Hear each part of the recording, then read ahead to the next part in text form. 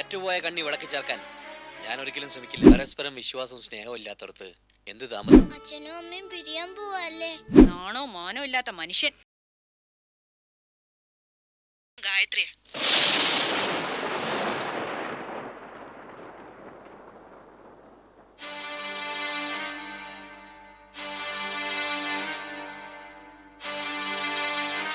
നിങ്ങളുടെ ഭാര്യ ഗായത്രിയല്ല, അമ്മുവിന്റെ അമ്മ ഗായത്രിയ. എന്താ എന്താ തനിക്ക് വേണ്ടത്? ചൂടാവാതെ ഞാൻ പറയുന്നത് സാവകാശം കേൾക്ക്. നാളെ എന്റെ അഡ്വക്കേറ്റ് അവിടെ വരും, തന്റെ വീട്ടിൽ ഒരു മ്യൂച്വൽ പെറ്റീഷനുമായി. അതൊന്ന് സൈൻ ചെയ്തു കൊടുക്കണം. നമുക്ക് പിരിയാം.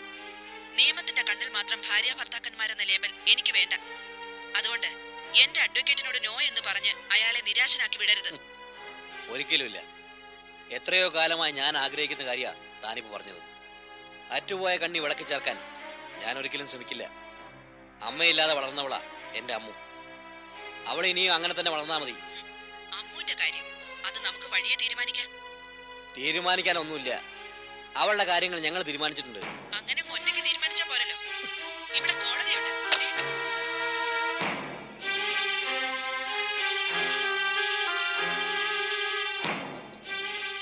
ഗായത്രിയാണല്ലേ? അവൾ എന്താ പറഞ്ഞത്? നാളെ അവളുടെ അഡ്വക്കേറ്റ് വരുത്രേ, മ്യൂച്വൽ ഡൈവേഴ്സ് പെറ്റീഷനുമായി. അതിലൊന്ന് സൈൻ ചെയ്ത് കൊടുക്കണം. അതോടെ രണ്ടാളും സ്വതന്ത്രരാവും. എനിക്ക് എൻ്റെ വഴി, അവൾക്ക് അവളുടെ വഴി. അല്ല മോനെ, ഒന്നുകൂടെ ആലോചിച്ചിട്ട്. ഇനി എന്താ ആലോചിക്കാനമ്മേ? ഒന്നുമില്ല. പിരിയേണ്ടവർ പിരിയണം. പരസ്പരം വിശ്വാസവും സ്നേഹവും ഇല്ലാത്തടത്ത് എന്ത് ദാമ്പത്യം? ഇത് എന്നേ നടക്കേണ്ട വേർപിരിയില്ല. ഏതായാലും അവൾ തന്നെ അതിനിപ്പോ മുൻകൈ എടുത്തല്ലോ. ഒക്കെ ശരിയാ. പക്ഷെ അമ്മു, ഇവളൊരു പെൺകുഞ്ഞാ. കണ്ണടച്ച് തുറക്കുന്നതിന് മുമ്പ് ഇവളങ്ങ് വളരും. പെൺകുട്ടികളെ പ്രായപൂർത്തിയായി കഴിഞ്ഞാൽ അമ്മ വേണ്ടെടുത്ത് അമ്മ തന്നെ വേണം. കാര്യങ്ങളൊക്കെ നന്നായി അറിയാവുന്ന താൻ എന്താ ഇങ്ങനെ സംസാരിക്കുന്ന ടീച്ചറെ? ശ്യാം, ഇത് തന്റെ ജീവിതമാണ്. ഒക്കെ തീരുമാനിക്കേണ്ടത് താനാ. തീരുമാനിച്ചു കഴിഞ്ഞാ മനസ്സുകൊണ്ട് പിരിഞ്ഞിട്ട് വർഷങ്ങളായി. ഇനി നിയമത്തിന്റെ ദൃഷ്ടിയിൽ ഉണ്ടായി കഴിഞ്ഞാൽ അതോടെ ഒരു അധ്യായം അവസാനിക്കും. അതുതന്നെ ഞാൻ ആഗ്രഹിക്കുന്നു. അച്ഛനും അമ്മയും പിരിയാൻ പോവല്ലേ?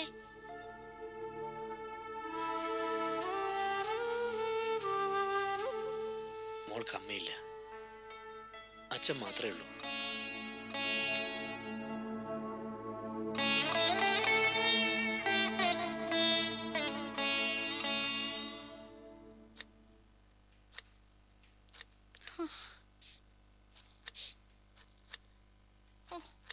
ജോലി ചെയ്ത് ചെയ്ത് മനുഷ്യന്റെ നടു ഒടിഞ്ഞു.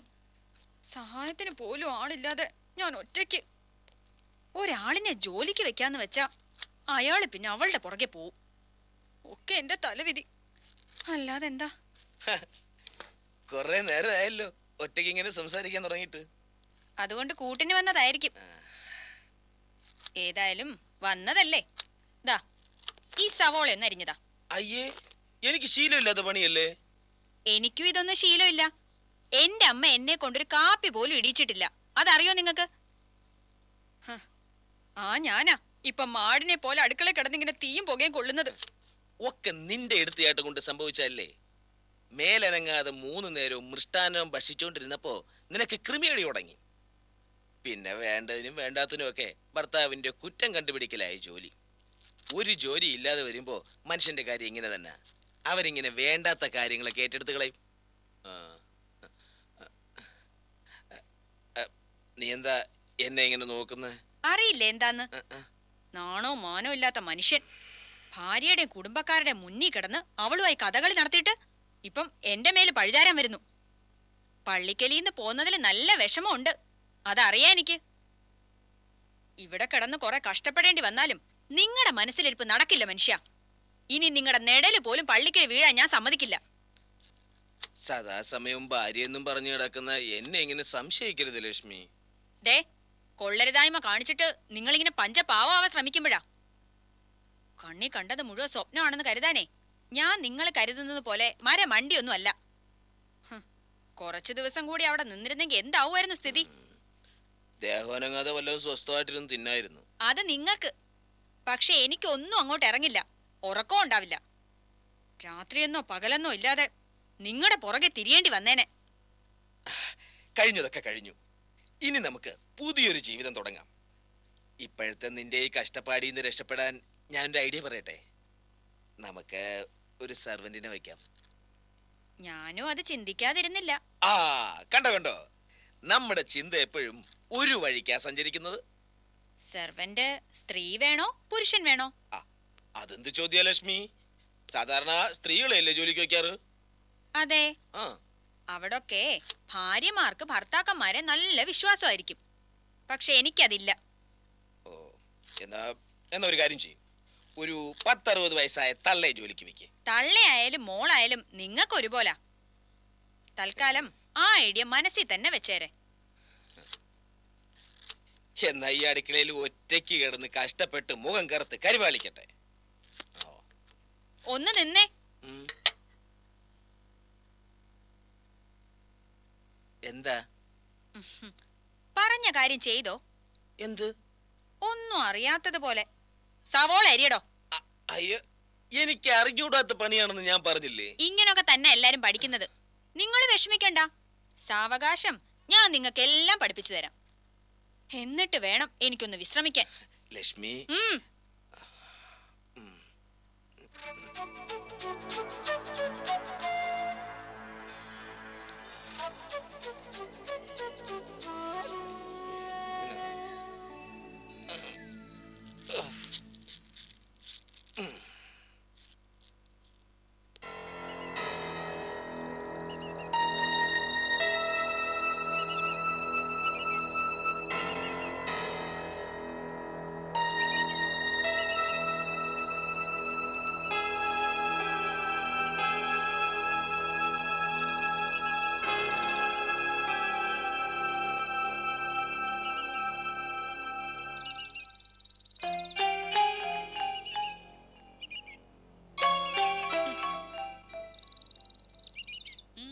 എന്താണാവോ ഇത്രയ്ക്ക് അങ്ങോട്ട് ഗഹനമായിട്ട് ആലോചിച്ച് നടക്കുന്നത്?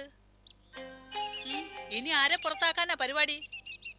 ഒരാളെ പുറത്താക്കണമെന്നുണ്ട്, പക്ഷെ അത് അത്ര എളുപ്പമല്ല. ഇവിടെ ഉള്ളവരിൽ കൂടിയേനവാ. അതുകൊണ്ട് ആവുന്നാഴി കാലിയായാലും അയാളിങ്ങനെ ഉറഞ്ഞതുള്ളി ഇവിടെ തന്നെ നിൽക്കും. ഓ, സ്വന്തം തള്ളയെ കുറിച്ചായിരിക്കും പറഞ്ഞത്. അതിന് എന്റെ തള്ള ഇവിടെ ഇല്ലല്ലോ. പിന്നിപ്പോ ഞാൻ പറഞ്ഞത് ആരെ കുറിച്ചാണെന്ന് ബുദ്ധിയുള്ളവർക്ക് മനസ്സിലാവും. മനസ്സിലായിടി, നീ പറയുകയും പ്രവർത്തിക്കുകയൊക്കെ ചെയ്യുന്നത് എനിക്ക് നന്നായിട്ട് മനസ്സിലായി. കുടുംബത്തിലുള്ളവരെ തമ്മിലടിപ്പിച്ച് പരസ്പരം കലയിപ്പിച്ചിട്ട് ദേ ഇവിടെ കയറി അങ്ങ് അധികാരം സ്ഥാപിക്കാന്നായിരിക്കും നിന്റെ വിചാരം. സാധിക്കില്ലടി. ഈ ജന്മം മുഴുവൻ തപസ്സിരുന്നാലും നിന്നെ കൊണ്ട് അതിന് സാധിക്കില്ല. വെറുതെ വാശി പിടിക്കരുത്. വാശി കൂടുന്തോറും എനിക്ക് മത്സരബുദ്ധി കൂടും. പിന്നെ സംഭവിക്കുന്നതൊക്കെ നിങ്ങൾ ഓർക്കാൻ പോലും ഇഷ്ടപ്പെടാത്ത കാര്യങ്ങളാവും. ഇപ്പൊ ലക്ഷ്മി രാമകൃഷ്ണനെയും കൂട്ടി പടിയിറങ്ങി, അത്രേ സംഭവിച്ചിട്ടുള്ളൂ. എന്നോട് കൂടുതൽ കളിച്ച നാളെ നിങ്ങളുടെ ഭർത്താവ് നിങ്ങളെ വിട്ടുപോയിന്നിരിക്കും. നിങ്ങളുടെ മോനുണ്ടല്ലോ അപ്പു, അവൻ നിങ്ങളുടെ കഴുത്തിൽ കടാര കയറ്റിന്ന് വരും. ഓഹോ, അത്രയ്ക്കും എടുക്കുണ്ടെങ്കിൽ അതൊക്കെ ഒന്ന് നടത്തി കാണിച്ചാടി. രാമകൃഷ്ണൻ എന്ന പെങ്കോന്തനായ എന്റെ മോൻ ദേ നിന്റെ ഈ വൃത്തിയായിട്ട മോന്ത കണ്ട് മയങ്ങിയെന്ന് കരുതിയേ എല്ലാരും ആ വഴിക്ക് വരുമെന്ന് കരുതരുത്. ഈ രീതി മുന്നോട്ട് പോയാ അധികം താമസിയാതെ കടാര കയറുന്നതേ എന്റെ ദേഹത്താവില്ല, നിന്റെ ആകും. അതെനിക്ക് മനസ്സിലായി. അത്രയ്ക്ക് തരികിടയായ ഒരു സ്ത്രീക്ക് ഇതുപോലൊരു മകന് ജന്മം നൽകാൻ കഴിയൂ. കേട്ടോണ്ട് നിൽക്കുന്നോടാ ഇതൊക്കെ? ദേ സ്വന്തം കയ്യിലെ തഴമ്പ് ഇവളെ ഒന്ന് കാട്ടിക്കൊടുക്കാൻ കഴിയാത്ത നീ ഒരാണാണോടാ? ഇപ്പോഴാ പള്ളിക്കൽ പത്മിനി ഒരു നല്ല ചോദ്യം മകനോട് ചോദിച്ചത്. കേട്ടില്ലേ അപ്പു, നീ ഒരാണാണോന്ന്? ഇത് പല ആവർത്തി ഞാൻ ഇയാളോട് ചോദിച്ചതാ. എന്നോട് ആജ്ഞ വേണ്ട, സ്വന്തം തള്ളയോട് മതി. ആര്യ വായി തോന്നിയതൊക്കെ പറയും, പ്രവർത്തിക്കും. അപ്പു ദേ കൊറേ നേരമായി ഞാൻ സഹിക്കുന്നു. ഇനി നിന്റെ യാതൊരു വിശദീകരണം എനിക്ക് കേൾക്കണ്ട. ഇവിടെ കൈ പിടിച്ചോണ്ട് ഈ തറവാട്ടിൽ നിന്ന് ഇറങ്ങടാ. കൈ പിടിച്ചാലും കാല് പിടിച്ചാലും ഒന്നും ഈ ആര്യ ഇറങ്ങില്ല. കൂടുതൽ കണ്ണുരുട്ടി കാണിച്ച് വെല്ലുവിളി നടത്തിയ ഇറങ്ങുന്നത് നിങ്ങളും നിങ്ങളുടെ ഭർത്താവും മക്കളും ഒക്കെ ആയിരിക്കും. എടാ ഇവള് പറയുന്ന കേട്ടോ. കേൾക്കാതിരിക്കാൻ ഇയാൾ പൊട്ടനല്ല. ഞാൻ പറഞ്ഞത് തന്നെ. അതിന്ന് അണിവിട അങ്ങോട്ടോ ഇങ്ങോട്ടോ മാറില്ല. മാറ്റാൻ പറ്റുമെന്ന് നിങ്ങളൊന്ന് ശ്രമിച്ചു നോക്ക്. കച്ചമുറുക്കി വന്നവള് അങ്കവും കണ്ട് താളി ഒടിച്ചേ മടങ്ങൂ.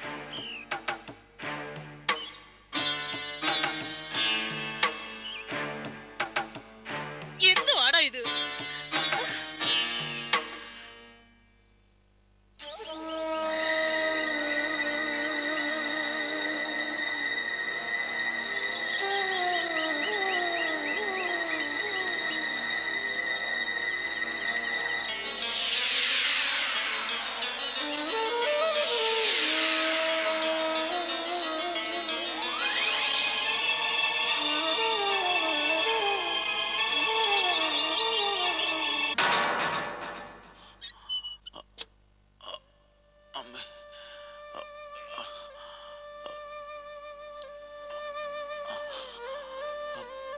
അമ്മേ, വെള്ളം.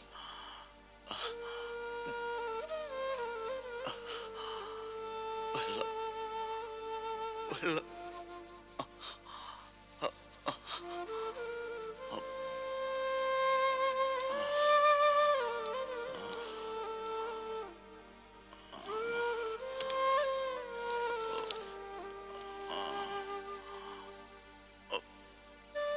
വെള്ളം. വെള്ളം.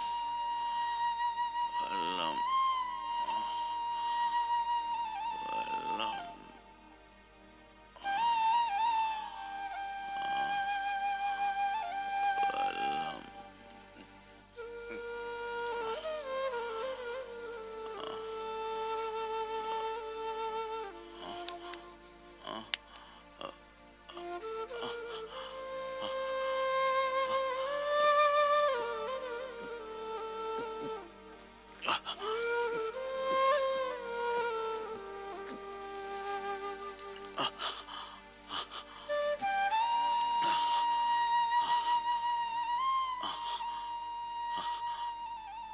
നിങ്ങൾക്ക് എന്താ വേണ്ടത്? എന്തിനാ എന്നെ ഇങ്ങനെ ശിക്ഷിക്കുന്നത്? എന്നൊന്ന് സഹായിക്കാവോ? ഒന്ന് കൊന്നുതരാവോ? ഇങ്ങനെ എന്തിനാ എന്നെ ഇട്ടേക്കുന്നത്? എന്താ